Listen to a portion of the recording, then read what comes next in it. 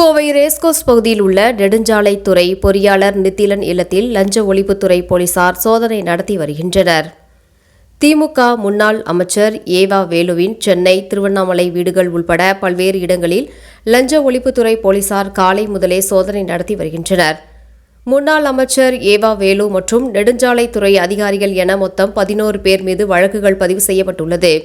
இதன் ஒரு பகுதியாக நெடுஞ்சாலைத்துறை கோவை வட்டத்தின் கட்டுமான மற்றும் பராமரிப்புத்துறை துணை கண்காணிப்பாளராக இருந்து வரும் நித்திலன் வீட்டில் லஞ்ச ஒழிப்புத்துறை போலீசார் சோதனை நடத்தி வருகின்றனர். காலையில் வந்த 10 பேர் கொண்ட லஞ்ச ஒழிப்புத்துறை போலீசார் பந்தயசாலை பகுதியில் உள்ள அவரது குடியிருப்பில் சோதனை நடத்தி வருகின்றனர்.